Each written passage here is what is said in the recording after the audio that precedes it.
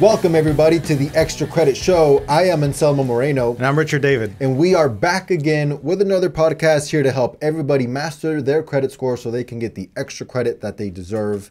Welcome back, Richard. How are you? I'm doing well. And yourself? Perfect. Welcome back, everybody. Hope you liked our little Easter egg that we had for our April Fool's edition of the Extra Credit Show. We are back again in full swing. And this week we have a fantastic episode lined up again. This week, we're talking about 4 things that you need to know about co-signing and credit scores. I might even title the episode, Caution, Don't Co-Sign. Because when an eager consumer does not qualify for financing, they are often advised by the salesperson wherever they're at to seek for a qualified co-signer to allow them to obtain the loan or credit. You know, I always consider that, and I always tell my clients that financially, it's like juggling knives with your eyes closed. That's the way I see it. That's the way I tell my clients. In fact, if the person you're asking for the cosign is my client, chances are they're going to tell you no under my advice because I'm going to basically tell them don't do it.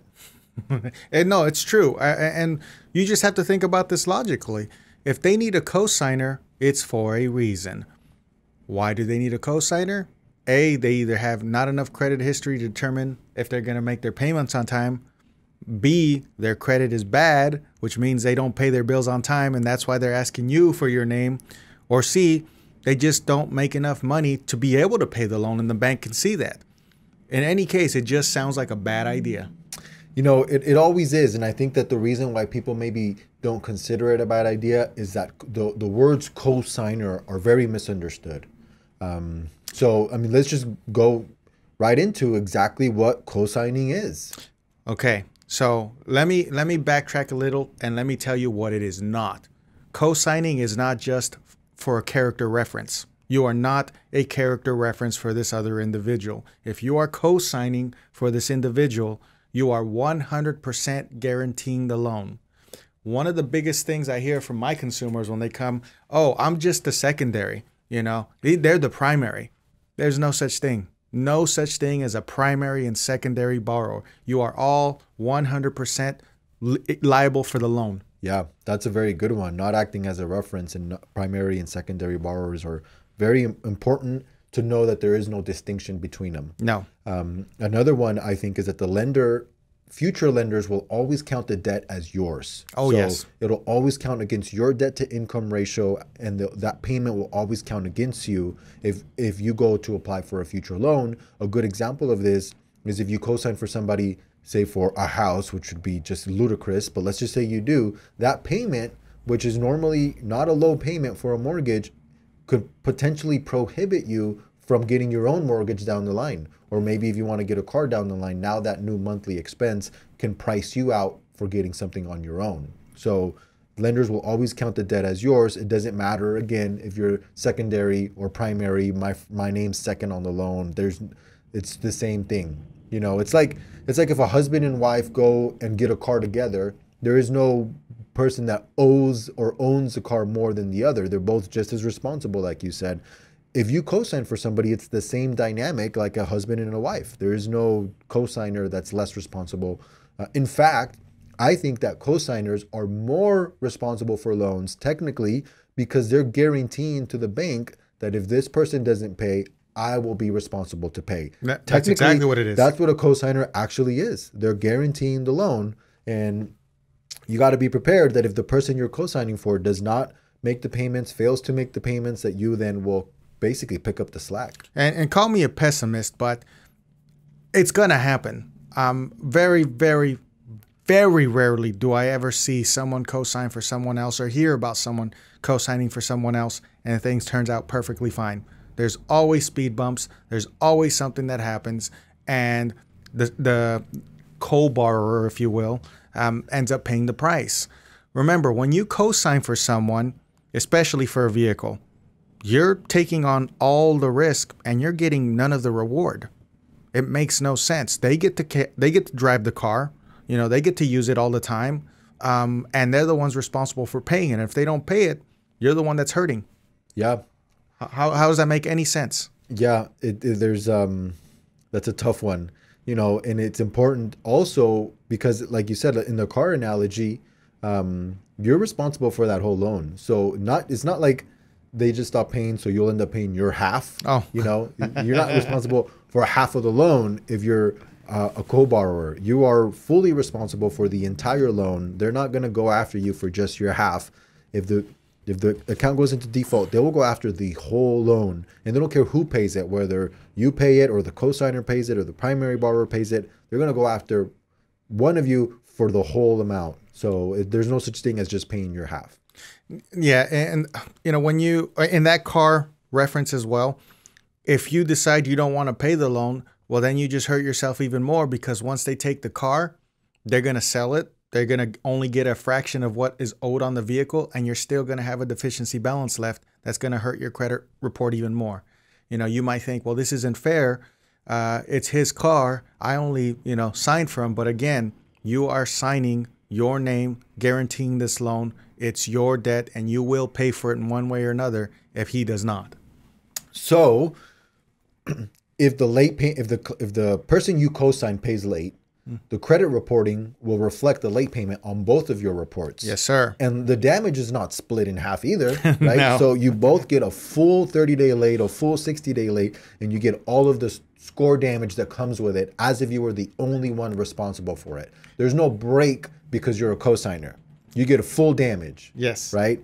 And so, keep that in mind. And if there is any upside in this very poor picture that we're painting about how much a terrible idea it is to cosign, technically, if they do pay on time, you get full benefit for the on-time payments. Sure. Technically. Sure. This is true. So that could potentially happen as well. But because in the business that we're in, we kind of tend to see all the times that these things end up poorly. We just always just say it's a terrible idea to co-sign for people, because let's think about it again using the car analogy, because that's the one that is most often seen, simply because you get the shiny object syndrome. You see the car, you want it, and then you ask everybody you can to co-sign. And normally it's amongst family members, like mom or dad are going to co-sign, older brother's going to co-sign, grandma's going to co-sign, somebody that you know that's close to you that really, really, really likes you is going to co-sign, right? And oftentimes it's with the premise that, oh, we'll just take your name off in 6 months. Oh, yeah. That's the one. We'll just take your name off in 12 months. How hard is it to just take your name off? No, it's not easy. It doesn't happen. It doesn't exist. Well, it happens very rarely, but the situation has to be perfect. First of all, if you didn't qualify for the loan now, what makes you think you're going to qualify for the loan in 6 months? What is going to drastically change in your life that's going to cause you to qualify in 6 months? Probably nothing. And that's why, my partner here says that it doesn't exist, is because more than likely you can't. You either don't make the money or you don't have the credit. And 6 months of payments on time on an auto loan is not enough to raise your history to a point where they'll qualify you by yourself. Chances are you didn't get a better paying job in 6 months either. Well, let's just for 1 second look at the other side and say, let's just say they do qualify for the loan in 6 months. Okay. But they're not going to qualify at the same terms. So if the cosigner comes in with good credit or stellar credit, they're going to get great terms, great interest rate. And if the person now is able to get the loan by themselves, they probably won't get the same interest rate. No. So they'll probably get a higher loan interest rate and higher monthly payment because of the different terms. So then they won't even want to refinance, because now the loan will be more expensive. But I just got ahead of myself. When I said that you can't just take your name off of a loan, I literally mean like the bank is not going to remove you from the loan. The only dynamic that happens in is if the person that you co-sign for refinances the car, right? So they literally have to go get a new loan, pay off the loan that you're on, and then now basically buy the car from you. That's literally what happens. Exactly, because it makes no sense. I mean, again, thinking about this logically, why would a bank give up its security in a loan? Why would they do that? They made you sign for a reason, because they want to make sure that they get paid. Why would they willingly let go of that security? Yeah, they won't. So the only way that's going to happen is if you refinance the loan. And this is applicable, guys, to car loans and home loans. You're not going to just get your name removed from the home loan. The person is going to have to refinance. And homes are a little different than cars, because if we're looking at cars, not only is it going to be difficult to refinance the car in 6 months because of the interest rate change potentially, but cars lose value. So now the car may not be worth what you owe, right? And so now you're going to have negative equity position on a car, and that's going to make it even more difficult to refinance in 6 months or even a year, because now you might be upside down on the car, which pretty much everybody is upside down on their car at some point in time. So then that's going to make it even more difficult. Unless you made a large down payment. But, you know, and even then, at some point, you could potentially catch up to you. But yeah, I mean, most of the time, unless you made a very large down payment, you're going to be upside down a year into the loan, and that's going to make it more difficult to refinance, hence getting the cosigner removed from the loan. So it is a very, very bad idea to do so in those situations. And on a house, it's got a little bit different because, you know, we're in a market where the homes are just appreciating. So it is very likely that the home will have equity in a year. Not a whole bunch, but potentially could have some equity. So that won't be a problem. But it does cost $5,000 to refinance. Minimum. Yes. Minimum, probably more depending on the balance. So, and you're forgetting, although the home prices are increasing, so are the interest rates. yeah. But I think the point that we're trying to drive home is that you can't be removed from either loan. No. You have to be refinanced out. And that is what you need to plan for if you're, for whatever reason, considering co-signing. If you're looking for a co-signer, you know, just save yourself the trouble and save your friendship, save your family, because Christmas is really awkward when you ruin your aunt's credit because she co-signed for you. You know, it just makes for a very awkward family gathering. So we've seen it. We've seen it in friendships. We've seen it in relationships. It just makes for very, very bad family gatherings if you end up messing up your aunt's credit or your grandma's credit. Listen, guys, if you are absolutely determined to co-sign for someone because you love them so much and you want to help them out, there is a right way of going about it. You may not like it, but this is the only way that you're going to protect yourselves. And that is, don't just co-sign for them, assume the loan. If you're going to help Timmy or Joe or whoever, you know, co-sign for a car or whatever it is, you make the payments and he pays you. So you know that your credit will never be ruined. And if he doesn't pay you, you know that you can just go take that car and now it's your car. Yeah, I mean, that is the 100% best advice that we can give you, is to make sure that basically, just like you said, you assume the responsibility from the get-go. Because what ends up happening is you don't hear about it. So the person that you co-signed for is too embarrassed to tell you, I can't make the payment. So then you find out when you get a late payment on your credit report, and by then it's too late. Banks are supposed to call you, but they don't always call you until there's like 2-3 late payments, and then they're ready to repo the car. And sometimes they don't even call you then. They'll just send you a letter. Yeah, because there's likely different mailing addresses. So that's at that point, it's too late. So if you want to, if you're already in a situation where you've co-signed for somebody and things are going well, you know, it's still a really good idea to just take control of it to make sure that this is not going to happen to you. Because, I mean, car loans are what, 5 years now? Oh, so at some point it could happen. I've seen them go all the way up to 7 years. So that's a long time, and that's a lot of opportunities for a missed payment. So again, that's probably the best thing that you can do to protect yourself. Other things that I think, if you already are a cosigner, that you can do to safeguard your credit is make sure that the statement goes to your mailing address. Because, you know, again, they're separate mailing addresses. So if they're going to the other person's mailing address, you'll never know what's going on with the loan. And number two, ensure that the finance company knows how to reach you in case anything goes wrong, because they'll always have that primary contact, which will be the person that you co-sign for, and you just kind of forget about it. Those are other two steps that you can take besides just paying the bill yourself and having the cosigner pay you. Because guys, I mean, this is your credit, and if you don't protect it, nobody else will do it for you. Remember, one single 30-day late payment on this loan or credit card or whatever it is, 7 years bad credit. Do you really want to risk that?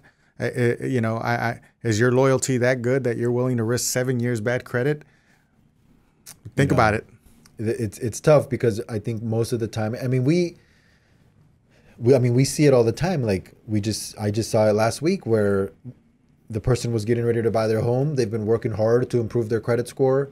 their credit score is finally up there, and then they had a cosigner. I was actually on cell phones, so they didn't know that the cell phone bills were in default, but the collection for cell phones showed up on the report right as they were getting pre-qualified for their mortgage. So that's something else, right? I mean, now they have this giant collection on the report for what they consider not even my debt. In fact, that's the first words out of their mouth. It's not even my account. And I was like, well, wait a minute. Right. What do you mean? Is this identity theft? No, I co-signed or I signed for my cousin. Well, then it is your account because you signed for it. So you are responsible for this debt. We're not going to dispute it, right? We're going to have to pay it. We're going to have to settle it out, hopefully save you some money. But at the end of the day, it's money out of your pocket. And it's not just the money. It's the worst possible time for this to occur because they already had found their house. They were about to enter escrow, and it's the worst time for several reasons. It puts the escrow in jeopardy, but primarily it puts us in a bad negotiating spot because now we can't negotiate correctly because we basically have to take the first offer because we don't have time. So we got to take the first offer, pay the premium to resolve this quickly because they're not going to put their $300,000 house in jeopardy for a small cell phone bill, right? And even if you wanted to negotiate it, you're going to get a terrible deal because more than likely the collector's already seen that there's a brand new mortgage inquiry. So they know you're trying to buy a house. Yeah, we talked about that a couple of weeks ago. Yeah, they're going to play hardball. So now they see the mortgage inquiry on the report and it's going to make it even more difficult. That's correct. We did bring it up before. A couple episodes ago, this does circle back around.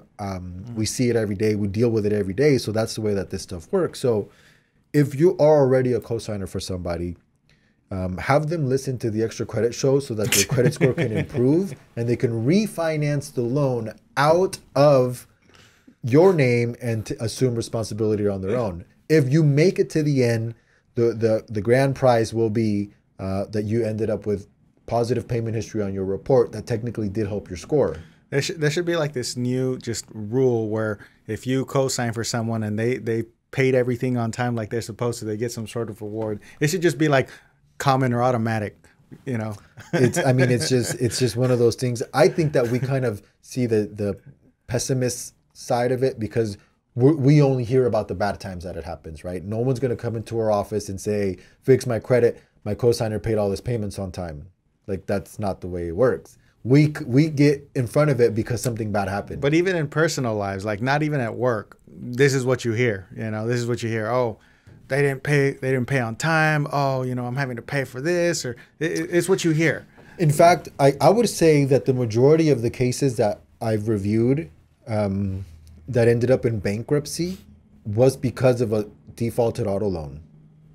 Whether it was a cosigner involved or not, it involved a large deficiency balance from an auto loan. Mm-hmm. So you're really putting yourself at risk. You know, if you're co-signing for a $10,000 car, I guess it's one thing, but I mean, you don't find too many $10,000 cars anymore. You know, most cars are 30 grand. Yeah. You co-sign on a $30,000 loan. I don't even know if they exist here in California still, unless it's like a used vehicle. Yeah, an older used car, you could probably find it for 10 grand. Mm-hmm.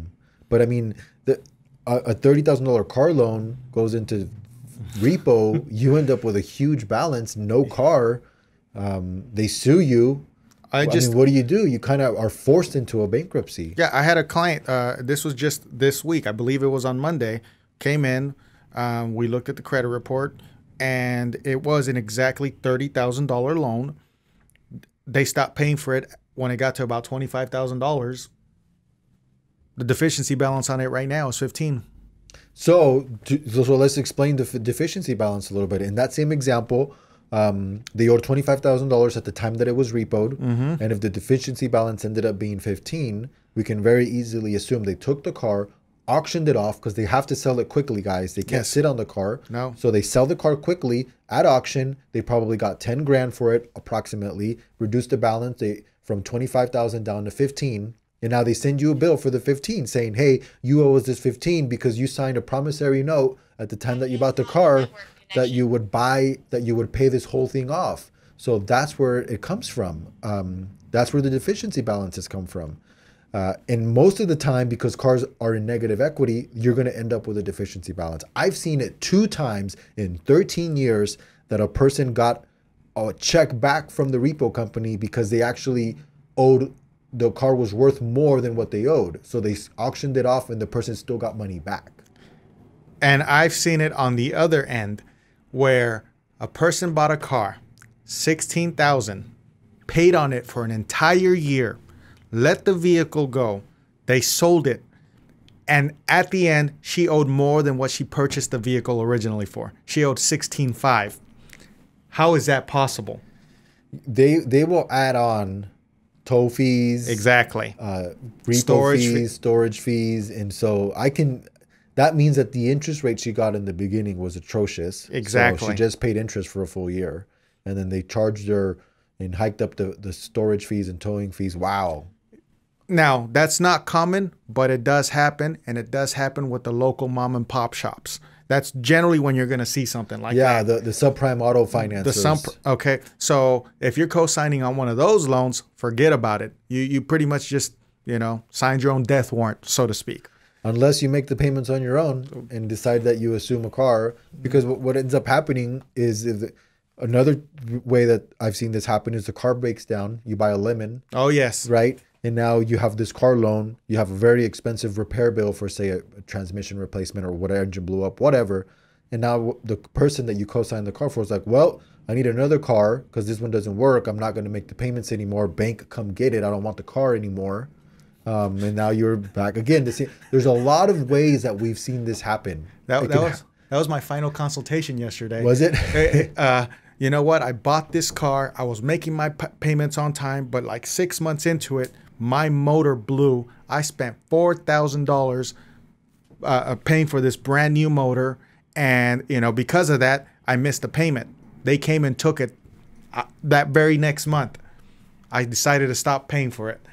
I just, I'm not going to pay $4,000 for this engine on this 6-month-old car. And then they take it and I have to pay towing fees and all this stuff. No. I think a lot of the times I feel like people will say before they gave the car up, they're under the impression that giving the car back satisfies the loan. Yes. And then they find out later that there's that deficiency balance that we just explained. The deficiency balance is it's a thing in every state in the country, so it's always going to happen.